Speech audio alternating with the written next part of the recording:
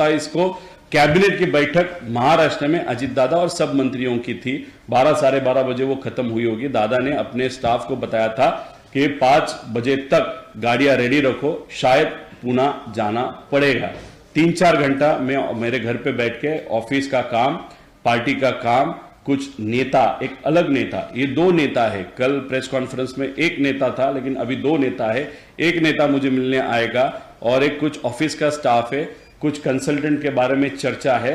वो चर्चा करने के बाद 5 साढ़े 4-5 बजे हम पुणे गाड़ी से जाएंगे और वहां से फिर हम बारामती दूसरे दिन 28 तारीख को जाएंगे। ऐसा बेसिक प्लान अजीत दादा का वहां पे था। अगर दादा का प्लान प्लेन से फ्लाई करना होता तो 27 तारीख को सुबह, दोपहर को या 26 तारीख को दादा का 28 तारीख का सुबह का प्लेन वहां पे बुक होता। लेकिन वो कब हुआ? 27 तारीख शाम को 7:13 में वो प्लेन बुक हुआ, क्योंकि दादा की मीटिंग्स ये एक्सटेंड होती गई। जो अलग नेता वहां पे आया था, वो कुछ उनके पॉलिटिकल चर्चा थी।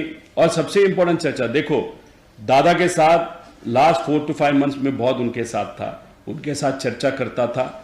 जो कल एक प्रेस कॉन्फ्रेंस है, उस प्रेस कॉन्फ्रेंस में मैं जो विलीनीकरण का विषय वो आपको डिटेल में बोलूंगा। दादा बहुत ओपनली मेरे साथ बात करते थे और उसी के साथ जब भी मेरे साथ करते थे, उनके जो बहुत प्राइवेट और इंपॉर्टेंट जो पीए और उनके साथ 20 साल से काम करने वाले लोग वहां पे थे, इसलिए वहां पे क्या चीजें हो रही है उसकी इंफॉर्मेशन डेफिनेटली हमारे पास वो आती थी। मतलब हम सर्विलेंस करते थे वैसे नहीं, प्यार से आती थी इंफॉर्मेशन, वहां पे हमको मिलती थी। तो वहां पे जो चर्चा 27 तारीख को चल रही थी और शायद वो हीटेड चर्चा थी, एक पॉलिटिकल कंसल्टेंसी के बारे में। उनका जो सर्विसेज है वो सर्विसेज अपने को कैंसिल करने पड़ेंगे, ऐसी भूमिका अजीत दादा की वहां पे थी।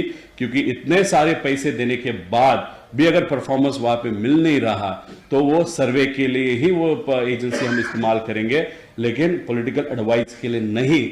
और वो चर्चा जो 5 साढ़े 5 बजे तक होनी चाहिए थे, खत्म होनी चाहिए थी, वो चर्चा बहुत लेट तक वहां पे गई।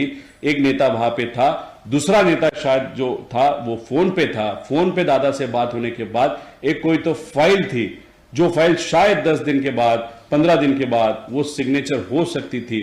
लेकिन कहा गया कि कुछ भी करो, लेकिन ये फाइल पे आज साइन करना पड़ेगा। दादा की आदत अगर आप देखो तो इमीडिएटली कोई भी फाइल, वो घर में वो फाइल है, लेकिन माहिती इंफॉर्मेशन निकालने के बाद वो फाइल मंत्रालय में थी। मंत्रालय से वो फाइल उस ट्रैफिक में घर पे लाई गई और लाने के बाद वो एक्चुअली सिग्नेचर वहां पे हुआ। और उसके कारण जो लेट हुआ, तो दादा के पास दूसरा कोई ऑप्शन नहीं था, इसीलिए उसके बाद दादा